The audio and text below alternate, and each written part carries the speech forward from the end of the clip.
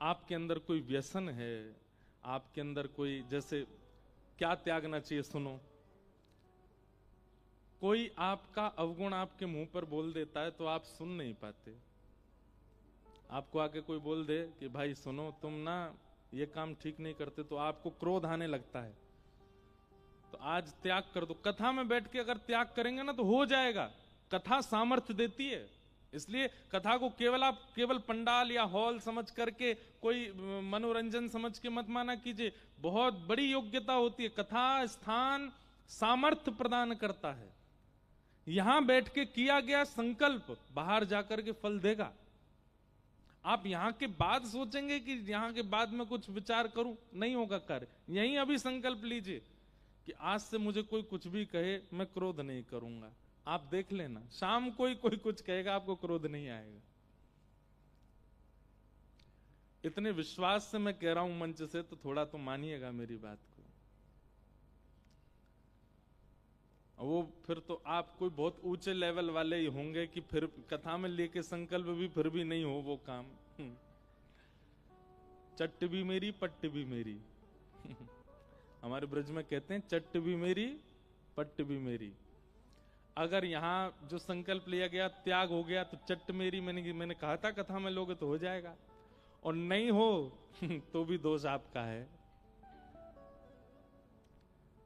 कुछ त्यागिए। विशेष रूप से तो अपने विषयों का त्याग, विकारों का त्याग। हम सब जानते हैं कि हमारे अंदर गलत क्या है, उसका त्याग, और उसका संकल्प कथा में लीजिए और फिर वृंदावन भजिए। वृंदावन अपना चमत्कार दिखाएगा, वृंदावन अपनी अनुभूति कराएगा। हरिराम व्यास जी कह रहे हैं जिनको युगल प्राप्त हुए। तो वृंदावन क्या है? पूर्णता करता है। किसी भी भाव में जहां पर अपूर्णता का अनुभव है, आप ज्ञान के पक्ष में ले लीजिए। आप यदि अपने गुरु के सामने बैठ करके अध्ययन करते हैं और गुरु के द्वारा बताई गई बातें उतनी देर समझ में तो आती हैं, पर वो लागू नहीं कर पाते जीवन में, वृंदावन को भजना शुरू करो।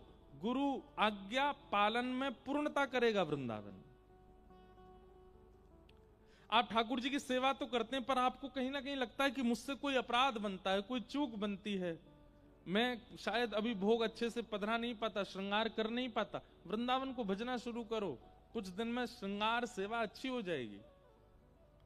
कथा में आके नींद आने लगती है, कथा में आकर के मन इधर उधर भागने लगता है। कहीं भी कथा हो, सत्संग हो, बस ये कथा प्रारंभ होते ही निद्रा आ जाती है, ये अपूर्णता है। वृंदावन का नाम जब प्रारंभ कीजिए, जाएगी निद्रा। हम स्पष्ट कहते हैं भगवत संबंधी किसी भी कार्य में अपूर्णता का अनुभव आपको हो रहा है तो वृंदावन को भजिए, क्योंकि श्रीमद् भागवत में केवल वृंदावन के लिए कहा गया, वृंदावनम संप्रविश्य सर्वकाल सुखावहम। ठाकुर जी को सर्व सुख देने की सामर्थ्य यदि किसी में है तो श्री वृंदावन में है। बहुत प्रसन्न होते हैं ठाकुर जी वृंदावन से। कहीं ना कहीं आपके भजन में, आपके साधन में, आपके कथा श्रवण में, आपके नाम जप में जो रुकावट है वो ठाकुर जी की अप्रसन्नता है, ऐसा मानते हैं, या गुरु की अप्रसन्नता है, या किसी वैष्णव का अपराध है। बहुत ध्यान से सुनिएगा। किसी वैष्णव का अपराध लगता है तो भजन साधन में कटौती होती है। ठाकुर जी आपसे किसी बात पर अप्रसन्न होते हैं तो भजन साधन में कटौती होती है, और उनको प्रसन्न करने के लिए उनकी प्रिय वस्तु परोसी जाती है। श्रीमद् भागवत कह रही है वृंदावनम संप्रविश्य सर्वकाल सुखावहम। ठाकुर जी वृंदावन में प्रवेश करते ही सब हर परिस्थिति से प्रसन्न होने लगे। इसका मतलब ठाकुर जी को प्रसन्न करना है तो वृंदावन कहो, वृंदावन भजो, वृंदावन रटो। आपके किसी भी भाव में जो अपूर्णता है वो पूर्णता वृंदावन करेगा। ऐसा श्री वृंदावन धाम। नाम, रूप, लीला और धाम, ये चार बातें, इन पर हम चर्चा आज करते हैं।